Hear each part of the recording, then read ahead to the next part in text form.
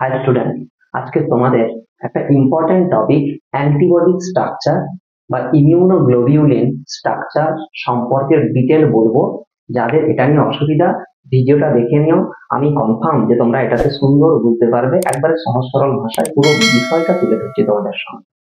দেখো, অ্যান্টিবডি বা ইমিউনোগ্লোবিউলিন জিনিসটাই বা এটা দেখো কোনো জীবদেহের মধ্যে, মানব দেহ, জীবদেহ, সেই জীবদেহের মধ্যে কোনো অ্যান্টিজেন যদি প্রবেশ করে, বিজাতীয় বস্তু অর্থাৎ অ্যান্টিজেন প্রবেশ করলে আমাদের শরীরে বি লিম্ফোসাইট, টি লিম্ফোসাইট রয়েছে। অর্থাৎ আমাদের শরীরে বি কোষ যেখানে থাকবে বি সেল, বি সেলে দু প্রকার হয়, একটা প্লাজমা কোষ, একটা হবে প্লাজমা সেল, আর একটা হবে মেমোরি সেল। এই দুটো কোষ রয়েছে। অ্যান্টিজেন প্রবেশ করার সঙ্গে সঙ্গে এই প্লাজমা কোষ এক প্রকার গ্লাইকোপ্রোটিন ক্ষরণ করে। এই গ্লাইকোপ্রোটিন কি করবে, এই যে অ্যান্টিজেনটা প্রবেশ করেছে, এই অ্যান্টিজেনটাকে এই গ্লাইকোপ্রোটিন ডিস্ট্রয় করে দেবে, নষ্ট করে দেবে, তার বিরুদ্ধে প্রতিরোধ ব্যবস্থা গড়ে তুলবে, তাকে প্রশমিত করবে।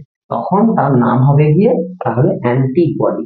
তাহলে দাঁড়ালো কি বিষয়টা, দেহে অ্যান্টিজেন প্রবেশ করলে বি লিম্ফোসাইটের প্লাজমা কোষ কি তৈরি করবে, গ্লাইকোপ্রোটিন, যে কিনা অ্যাকচুয়ালি এটাই অ্যান্টিবডি, যে কিনা ওই অ্যান্টিজেনটাকে নষ্ট করবে। এটাকে আমরা বলবো যে ইমিউনোগ্লোবিন বা অ্যান্টিবডি। অ্যান্টিবডির অ্যাকচুয়ালি এই নামটা এলো কিভাবে, কিংবা এটার প্রবক্তা কি, এটা তাহলে দেখো 2 নম্বর পয়েন্ট, কয়েনবাই। কে প্রবক্তা করেছে?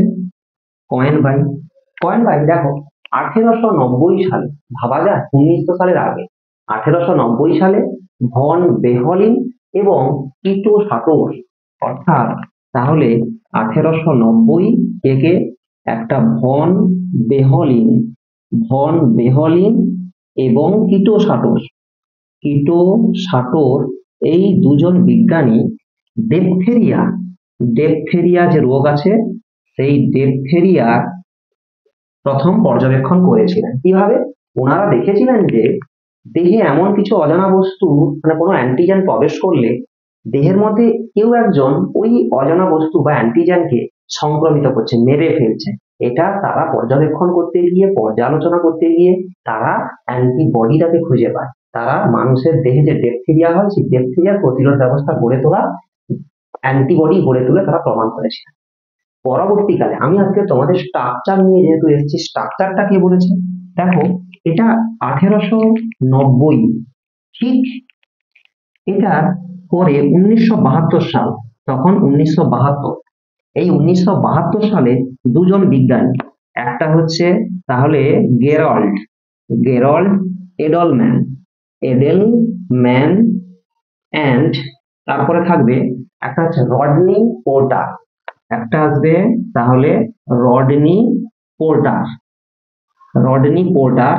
এই দুজন বিজ্ঞানী 1972 সালে প্রথম এই স্ট্রাকচারটা উপস্থাপনা করেন। এবার স্ট্রাকচার নিয়ে আসছে। অ্যান্টিবডি বা ইমিউনোগ্লোবিউলিন 5 প্রকার হয়। তার মধ্যে গঠন মনোমার হতে পারে, ডাইমার হতে পারে, পেন্টামার হতে পারে। আমি মনোমারের গঠনটা বলছি। মনোমার দেখছো ইংলিশ ওয়াই লেটারের মতো হয়ে থাকে। এবার প্রথম পয়েন্ট, স্ট্রাকচারের প্রথম পয়েন্ট, পলিপেপটাইড চেন। এর দাগে পলিপেপটাইড চেন, এই পলিপেপটাইড চেন কটা রয়েছে এটা আমাদেরকে বলতে হবে। দেখো 4টা পলিপেপটাইড চেন রয়েছে, 1, 2, 3, 4টা। তাহলে কটা রয়েছে? 4টা। এই পলিপেপটাইড চেন গুলো একে অপরের মধ্যে ডাইসালফাইড বন্ড দ্বারা যুক্ত রয়েছে, একে অপরের মধ্যে এইভাবে, তাহলে ডবল এস মানে ডাইসালফাইড বন্ড দ্বারা পরস্পরের মধ্যে যুক্ত রয়েছে, এইভাবে ডাইসালফাইড বন্ড দ্বারা পরস্পর যুক্ত রয়েছে। তাহলে এই দুটো পয়েন্ট নিশ্চয়ই বুঝতে পারলে তাহলে আমি কি বললাম। তাহলে 4টা চেন রয়েছে, 4টি শৃঙ্খল রয়েছে এবং একে অপরের মধ্যে ডাইসালফাইড বন্ধনী দ্বারা যুক্ত রয়েছে। এটা দেখতে কার মতো? ওয়াই শেপড বা ওয়াই আকৃতির একটা গঠন আমরা দেখতে পাবো। এরপর দেখো, পলিপেপটাইডের মধ্যে প্রথম আমরা নিয়ে নিচ্ছি হেভি চেন। তাহলে হ্যাভি চেন মানে ভারী শৃঙ্খল। অর্থাৎ ভালো করে দেখো, হ্যাভি চেন এই লাল কালারটা দিয়ে যেটা এঁকে রেখেছি বা এঁকেছি, ভালো করে দেখো এইটা, এই যে এই লাল কালারটা ভারী চেন। তাহলে কটা দেখতে পাচ্ছ? সংখ্যায় দুটা ভারী চেন, 1 নম্বর। দুটি সংখ্যায় দুটি আমরা পলিপেপটাইড চেন বা শৃঙ্খল পাবো, দুটি শৃঙ্খল বাংলায় করে দিচ্ছি। 2 নম্বর, এই শৃঙ্খলগুলো অ্যাকচুয়ালি 5 প্রকারের হয়ে থাকে। 5 প্রকার, 5 টাইপ। তাহলে 5 টাইপ চেন হয়ে থাকে। এই 5 টাইপ গুলো কি কি হতে পারে? আমি মনে রাখার একটা কৌশল তোমাদের বলে দিচ্ছি। গ্যামেট কথাটা মনে রাখবে, গ্যামেট অর্থাৎ GAMED, গ্যামেট নয়, গ্যামেট। তাহলে জিতে 5 প্রকারগুলো কি? একটা গামা হবে, একটা আলফা হবে, একটা মিউ হবে, একটা ইপসিলন হবে, একটা ডেল্টা হবে। এই 5 প্রকার। তাহলে এই 5 প্রকার ভারী চেন আমরা দেখতে পেয়ে থাকি। দেখো অ্যামাইনো অ্যাসিড, প্রতিটিতে 400টি অ্যামাইনো অ্যাসিড থাকে। 400টি, প্রতিটি চেন 400টি অ্যামাইনো অ্যাসিড দ্বারা গঠিত হয়ে থাকবে। অর্থাৎ এটাও 400, এটাও 400। হ্যাঁ, এইবার দেখো এইগুলো মোটামুটি থাকবে। পরের পয়েন্টে তোমাদের আসবে যে এই চেনটার ক্ষেত্রে দুটো প্রান্ত রয়েছে। একটা প্রান্তে, এই প্রান্তেটা NH3+, অর্থাৎ অ্যামাইনো মূলক বর্তমান। তাই এই প্রান্তটাকে আমরা বলি N টার্মিনাল, এটাকে আমরা N টার্মিনাল বলি। আর উল্টো দিকে N টার্মিনাল, ঠিক উল্টো দিকে মানে এইখানে, এই জায়গাটাকে, এখানে কার্বক্সিল মূলক থাকে বলে তাকে আমরা বলি C টার্মিনাল। তাহলে একটাকে বলি N টার্মিনাল, একটাকে বলি C টার্মিনাল। নিশ্চয়ই এই 4টা পয়েন্ট বুঝতে পেরেছো। ডোমেইন নিয়ে পরে আসছি, কি কি ডোমেইন ভারী চেনে পাওয়া যায়, ওটা আলাদাভাবে পয়েন্ট। এবার চলে আসো লাইট চেন।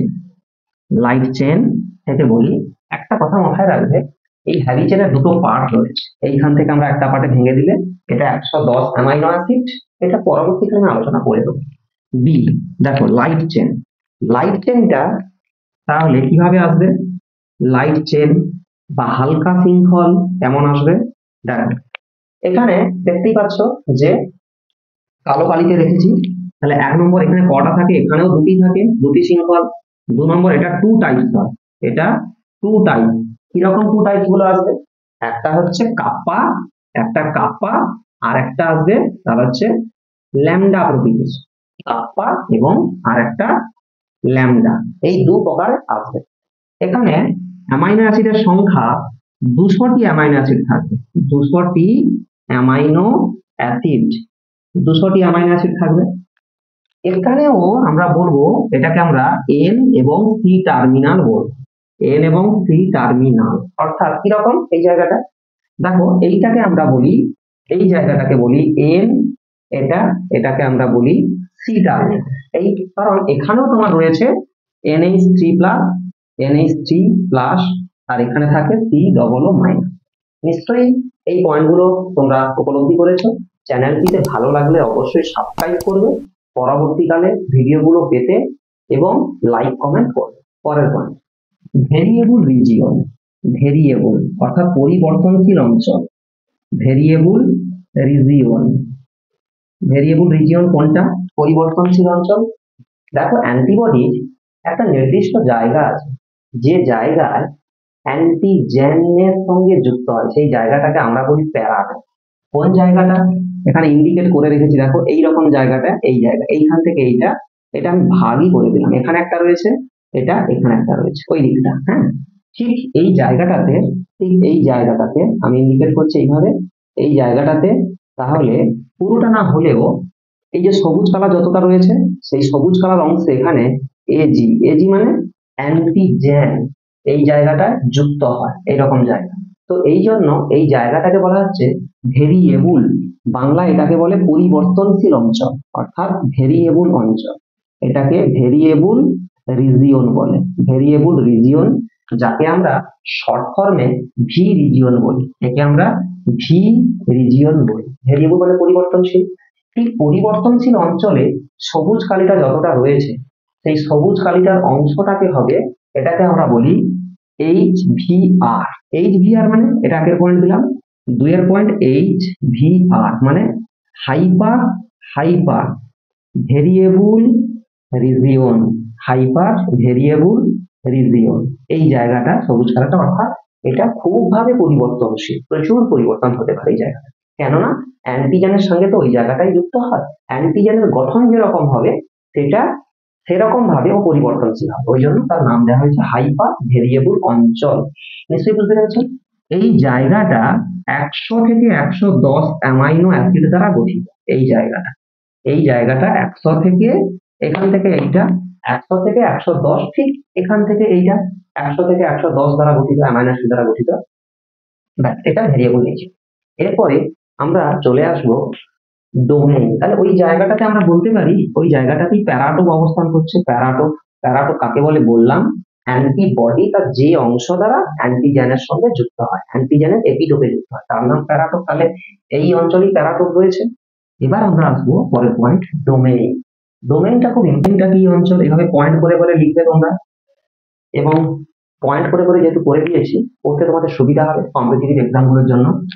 ডোমেইন একটা অ্যান্টিবডি কিছু তার পলিপেপটাইড চেন গুলো একটা জায়গায় স্ফীত হয়ে গেছে, না বেলুনের মতো হয়ে গেছে, সেই স্ফীত অঞ্চলটাকে আমরা বলবো ডোমেইন। যেটা লুপ তৈরি করেছে, লুপ তৈরি করে, এই লুপ তৈরি করে সেই অঞ্চলটাকেই আমরা বলবো ডোমেইন। নিশ্চয়ই বুঝতে পারবে? এই ডোমেইন গুলো সচরাচর 7টি অ্যামাইনো অ্যাসিড দ্বারা গঠিত। 7টি, এখানে কি থাকবে তাহলে অ্যামাইনো অ্যাসিড দ্বারা গঠিত। অ্যাকচুয়ালি এই যে লুপ গুলো তৈরি করেছে, লুপটা 7টি অ্যামাইনো অ্যাসিড দ্বারা গঠিত। এই লুপের পার্শ্ববর্তী আরো 25টি অ্যামাইনো অ্যাসিড থাকবে, 25টি অ্যামাইনো অ্যাসিড থাকবে, সেইগুলোকে একত্রে লুপ বলে, অর্থাৎ 25টি মানে এইখান থেকে এতটা, এই লুপটা 60 আর অল্প একটু জায়গা 25টি, এরকম করে এই অঞ্চলটা টোটালটাকে আমরা বলবো ডোমেইন বলবো। হ্যাঁ, এবার ডোমেইন কটা রয়েছে? হ্যাভি চেন যেটা রয়েছে, অর্থাৎ হ্যাভি চেন মানে এই, তাহলে হ্যাভি চেন, হ্যাভি চেনের ডোমেইন 4টি ডোমেইন থাকে, 4টি ডোমেইন থাকে। ডোমেইন সেগুলো কি কি দেখো, 4টি ডোমেইনের মধ্যে একটা হচ্ছে ভেরিয়েবল ডোমেইন। ভেরিয়েবল ডোমেইন মানে, তাহলে ভেরিয়েবল হ্যাভি মানে, হ্যাভি মানে কি, হ্যাভি মানে ভারী, এই জায়গাটা পরিবর্তনশীল বলে এটাকে আমরা ভেরিয়েবল হ্যাভি বলছি।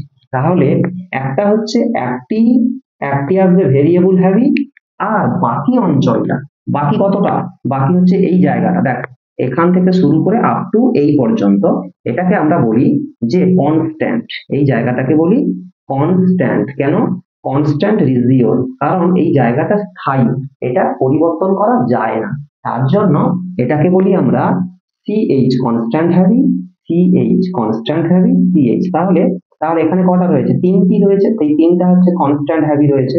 এইটা ক্লিয়ার হতে পারলে? এবার লাইট চেন, দেখো লাইট চেনের ক্ষেত্রে যেটা আসবে, 2টি থাকে, 2টি ডোমেইন। সেই 2টি ডোমেইন গুলো কি কি? একটা হচ্ছে তাহলে সিএইচ কনস্ট্যান্ট সিএল, আর একটা হচ্ছে ভিএল ভেরিয়েবল লাইট আর কনস্ট্যান্ট লাইট। তাহলে এক, আর এখানে একটি, হয়েছে? একটা কি থাকবে? সি অর্থাৎ ভেরিয়েবল লাইট, একটা সিএল কনস্ট্যান্ট লাইট, এইভাবে মোটামুটি ভাবে থাকে। ডোমেইনটা নিশ্চয়ই বুঝতে পেরেছো। আমি আরেকবার বলছি, লুপ 7টা অ্যামাইনো অ্যাসিড তার পার্শ্ববর্তী 25টি অ্যামাইনো অ্যাসিড নিয়ে তৈরি করেছে ডোমেইন। ডোমেইন ভারী চেনের 4টা ডোমেইন, একটি পরিবর্তনশীল, 3টা কনস্ট্যান্ট। হালকা চেনের 2টি ডোমেইন, একটি পরিবর্তনশীল, একটি কনস্ট্যান্ট, এইভাবে ডোমেইন তৈরি করেছে। এরপরে আমরা আসবো যে অঞ্চলটা, যেটা ই, আমরা এফ এবং এফসি, এই রিজিয়নটা কি? হ্যাঁ, এফসি রিজিয়ন, এইটা বলতে আমরা কি বলছি?